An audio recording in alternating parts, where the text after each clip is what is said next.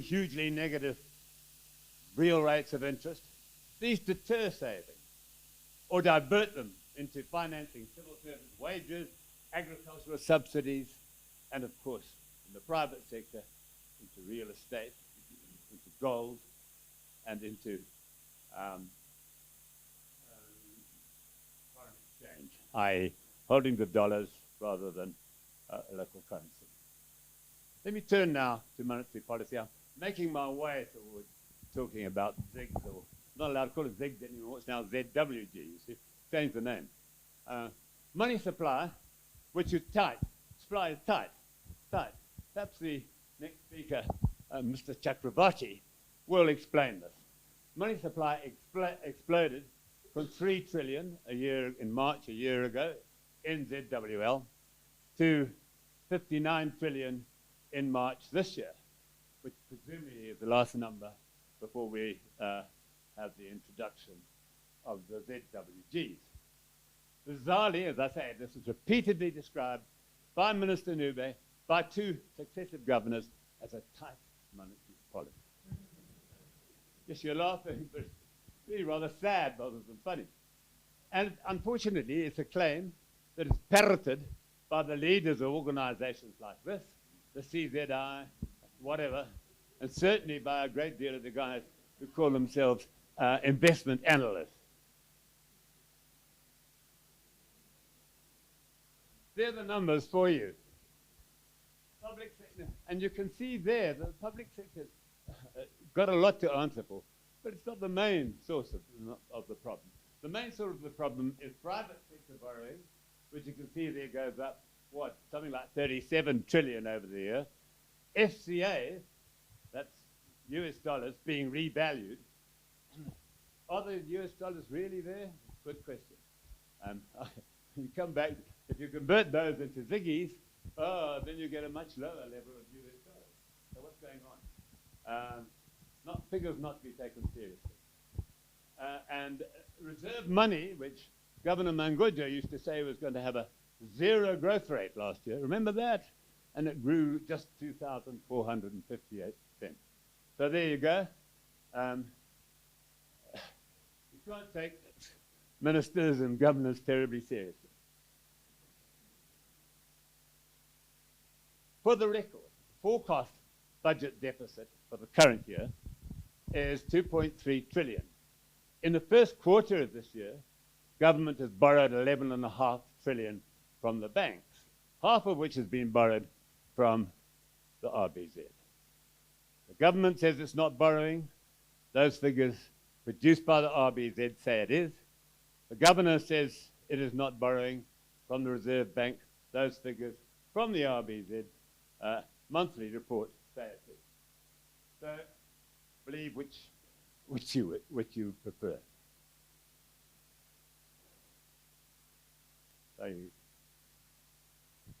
Just to talk economics for a second.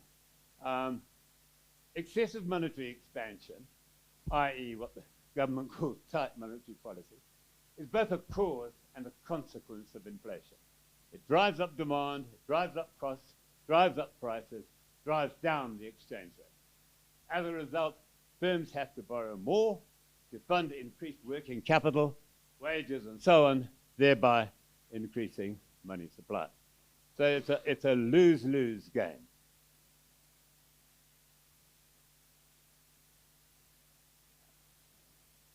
Regardless of where that excessive monetary expansion comes from, be it private sector or public sector or whatever, it is clearly undesirable. And as such, the change in words that have been coming out of the central bank and government since the launch of the new currency seems to be a step in the right direction. But what they do and what they say, as I've been demonstrating, is just very different. And the monetary data are simply incompatible with price or exchange rate stability. You can change the exchange rate. You can say ZWL one day, ZIG next day, ZWG the next day. It's not going to make any difference. And decision makers who believe official inflation figures and official growth numbers are making uninformed and often unprofitable business decisions.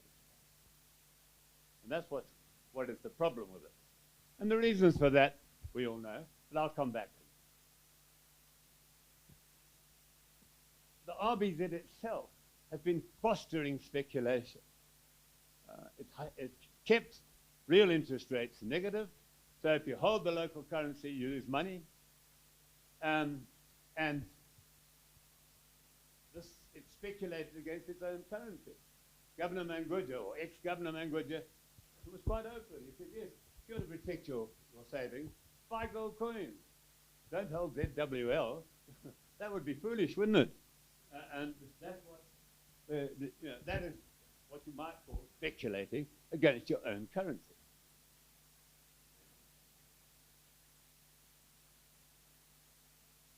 For most of the last 30 years, we've had negative real rates. For a while, after dollarization, till about 2017, we had positive rates. But since 2018, they've been hugely negative. This has not stopped the government and the Reserve Bank from saying monetary policy is tight, which it isn't.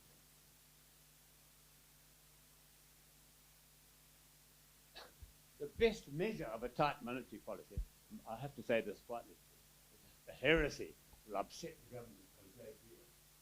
The best measure of tight monetary policy is positive real interest rates. That's known to any trained economist, though not apparently to some. And when you get negative rates, you distort investment decisions. Borrowers misprice investment opportunities. Discount rates that are used for investment analysis are all over the shop. If they're too low, you get very funny results. A farming chap I know has been doing this with the great so-called global compensation fund. And he's been using positive, effective, proper discount rates.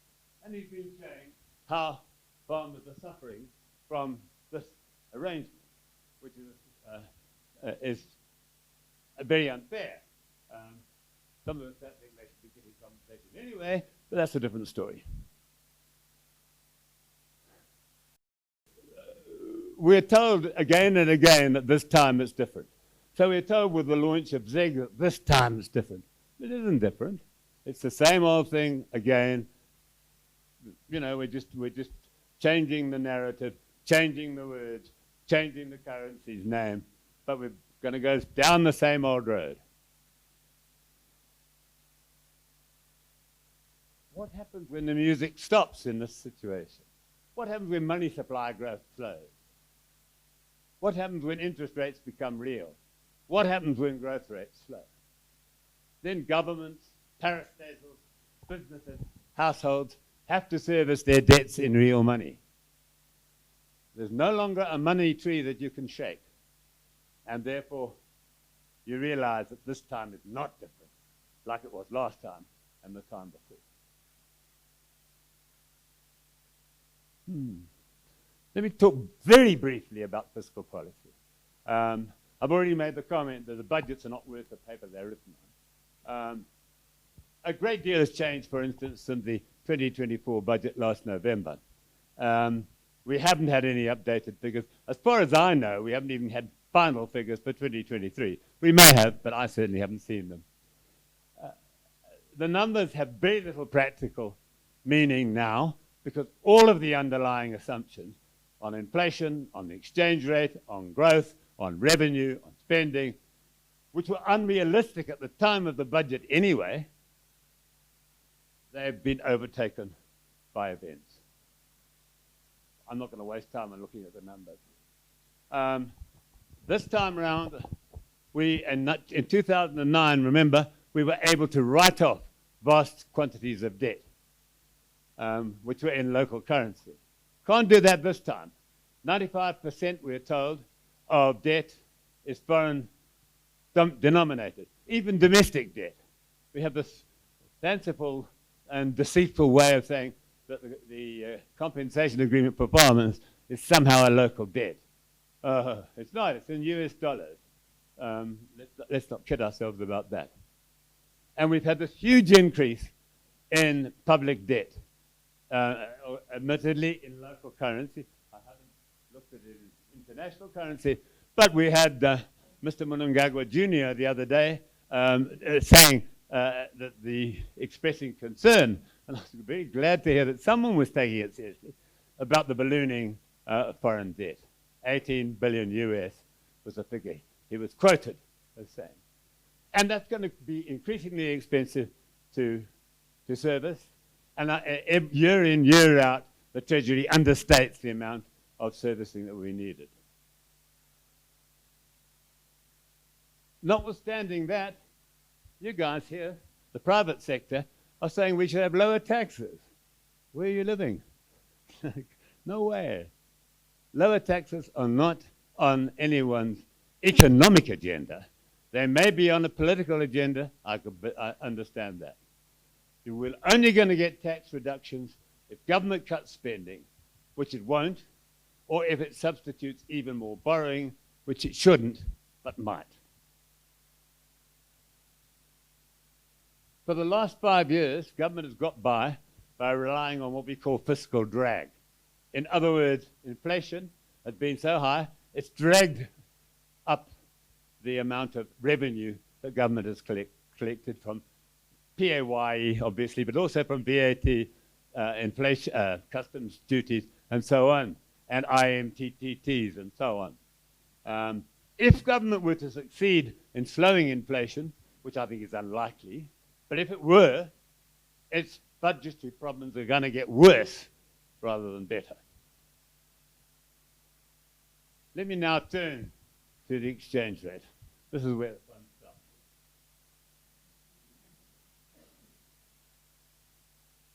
Today, very few countries make a fetish of the exchange rate. The Americans coined the phrase a long time ago, benign neglect. In other words, let the rate find its own level. A country's exchange rate reflects economic performance, monetary growth, inflation, competitiveness, components of exports, and a substantial element, obviously, of market sentiment. It does not reflect the price of gold, although the price of gold is part of the export analysis. And the belief that changing the currencies from ZWL to ZWG is somehow going to shift the dial is to ignore real forces, be they economic, be they political, be they social. In April, we devalued from 30,000 or so, 400, 300, whatever the figure was, ZWL to the dollar to 2,490. 2,490, it should be 2,448.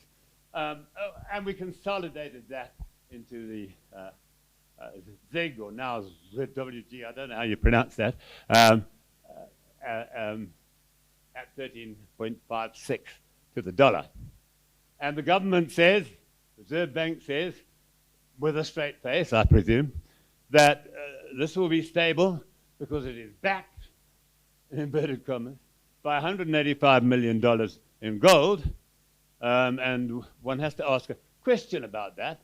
Perhaps the next speaker will answer that. The question is, that money was paid as revenue, and was it in the budget? Or is it in the budget? If so, it can't be in the reserve. Can't have it both ways, but we'll find out about that. Just note that this 285 million in reserves is exactly the same amount that was backing the previous currency a few days earlier. So how come the currency is now stable when it was collapsing before that? How can backing have done that? Please, someone explain. The next speaker, Mr. Chakrabarti, I'm sure will be able to explain it. The assertion which you get from Reserve Bank reports that the exchange rate reflects movements in the gold price, which is what it says in the weekly report of the Reserve Bank, obviously contradicts the claim that the a willing buyer, willing seller market. For a start, there aren't any willing buyers, or very few. And so we have to try and force them to buy by saying, you must pay your taxes, or some of your taxes, in local currency.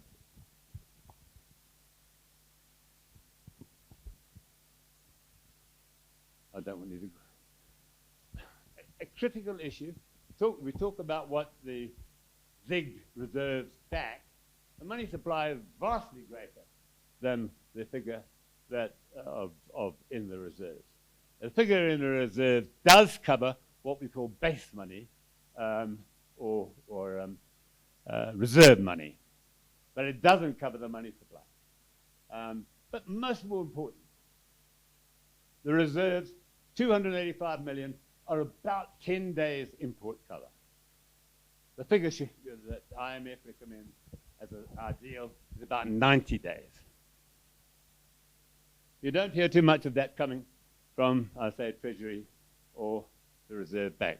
They keep quiet on that issue.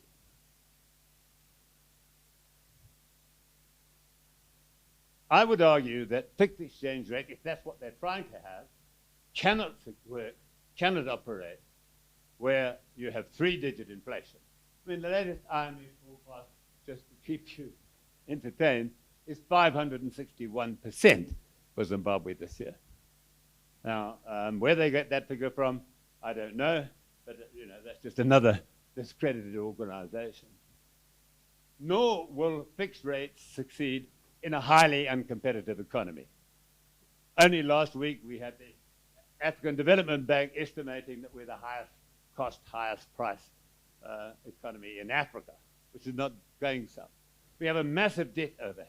We have severe financial pressures as we cope with El Nino. And we have years of falling real living standards and inadequate investment in infrastructure. All of that, and we're going to have a fixed exchange rate. Not going to work, I can tell you, for nothing.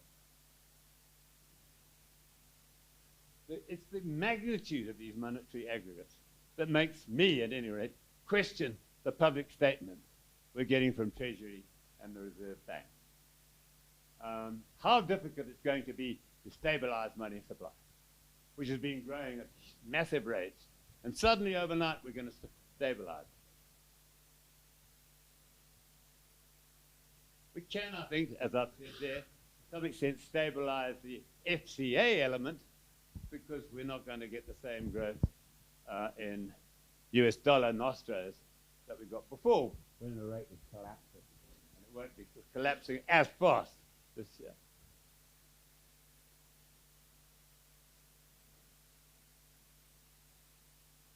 Sorry, I'm just trying to, I'm running late now, so I'm just trying to make another very simple point, which ought to appear to guys in government. The gentleman in the front from the, what's he work from, the UNDP or whatever. Surely he understands that a dual exchange rate system can't work. How can you have a dual exchange rate system where you have a very strong international currency, the US dollar, operating alongside a very weak local currency? It can only lead to arbitrage. No other way. Especially when the psychological block is so great.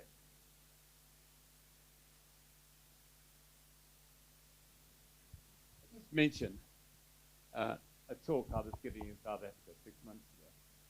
And what I said there, I was talking before the budget. I asked the question, second last line there, when will the government do a go-no, take noughts off the currency and start again? And I answered my own question. I said it's not a matter of if, but a question of when. And 6 months later, the when arrived. The government had the choice of biting the bullet between re-dollarization, which was the right choice, and going to yet another new currency, one which I fear is not going to succeed. And going forward, I rather suspect we're going to have more of what we had last year and the year before. And it'll play out along those lines. let me conclude here. Debt relief alone, which we must have. I mean, the sine qua non for this economy recovering is an international agreement. We're not going to get it if we go around being nice to the Russians and nasty to the Americans. Not going to work. We need a paradigm shift in addition to that.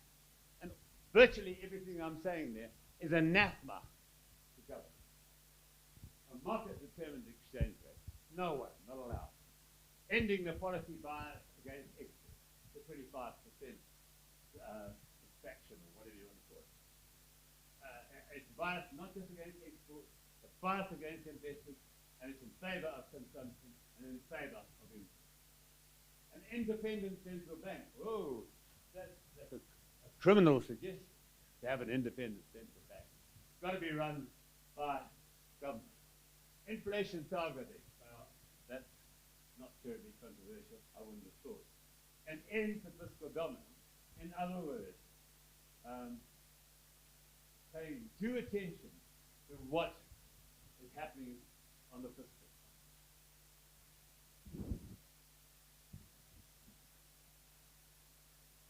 An end to self-taxing, by which I mean fiscal drag. As Comrade Matuli loved and is used, you relied on hugely in his 5-year on success as Prime Minister.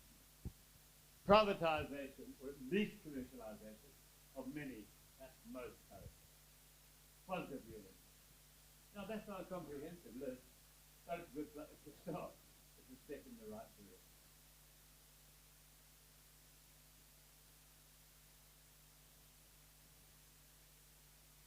I've just said it's a national, my ideas are a national to the government. It doesn't bother me, I'm horrified. It's not on the same side as them. But we're seeing them moving in the opposite direction.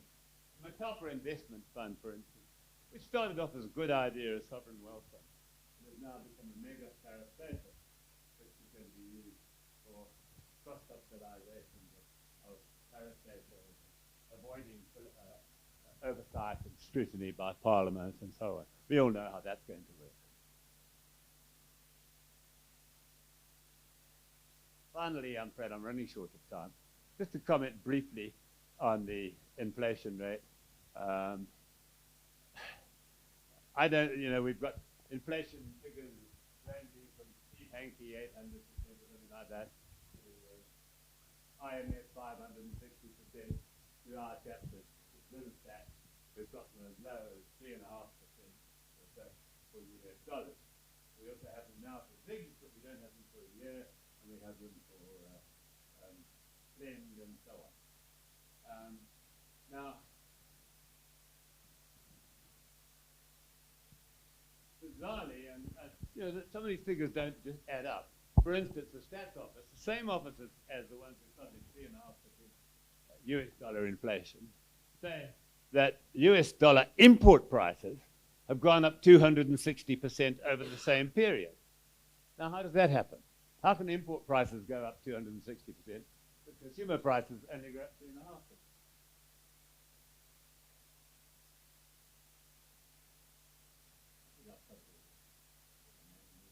Let me just end up with a forecast, a very wet forecast. I think my underlying assumptions are the obvious ones. Steep fall in agricultural output due to El Nino, sluggish mining growth attributable to commodity prices, all sectors adversely affected by supply side bottlenecks, especially power, but also water, and also problematic logistics of all kinds. All sectors are bedeviled by policy uncertainty. What I call to is random walk policy making. The guys making the policy are never sure what their next move is going to be. And I think investment has been very adversely affected by uncertainty and by Zimbabwe's perceived membership of the authoritarian bloc. There are my growth rates. I'm saying 2%. Blend inflation, 65%. ZWG by the end of the year, 50% to the dollar.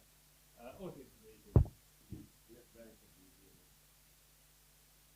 Looking beyond this year, growth could strengthen a bit. mining as an e-sector, good performance in tourism, manufacturing goes on stagnating, partly reflecting lack of competitiveness. Agriculture depends on the weather. Long-term outlook is not good due to climate change.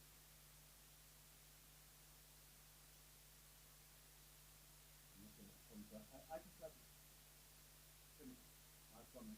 Two conclusions. I think government has got to decide whether it wants a Western-style, market-driven economic economy, or whether it wants an authoritarian, state-driven system such as China or Russia. Re-engagement with the global community would push it towards a more open solution. But if we don't have re-engagement on the table, then there will be a temptation to go towards the authoritarian one.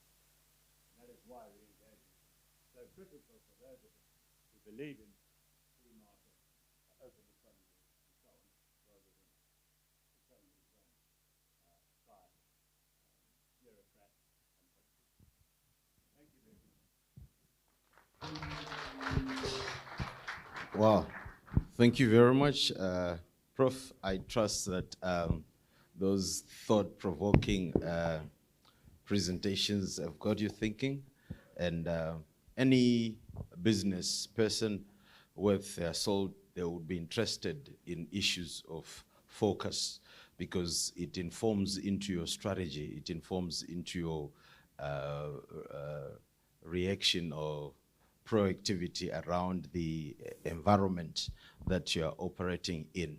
I'm not going to be, I'm not going to labor into trying to summarize what he has said. I'll leave it as it is so that you digest and pick what you pick, take what you take, and save out what you need to save out. I'm sure there are different reactions to the presentation, and I'm sure we'll have a robust discussion around that. But we're not going